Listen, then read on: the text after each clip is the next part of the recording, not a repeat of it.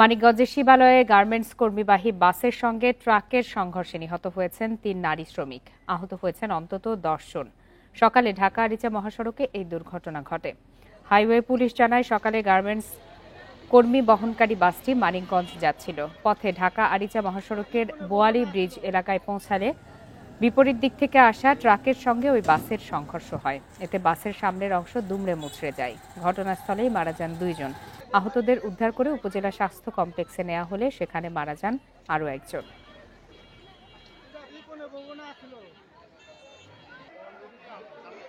Garments শ্রমিক বহনকারী বাসটি মানিকগঞ্জ তারাসীমা গার্মেন্টসের দিকে যাচ্ছে। অপরদিকে একটি ছোট ছোট পাথর ভর্তি ট্রাক, এটা আরিচাগামী যাওয়ার পথে এই বাসের ডান পাশে ধাক্কা দিয়ে ডান পাশে খাদে পড়ে যায়। দ্রুতগতির তো একটা কারণ থাকতে পারে, আর বৃষ্টি, স্বেচ্ছাতে রাস্তা।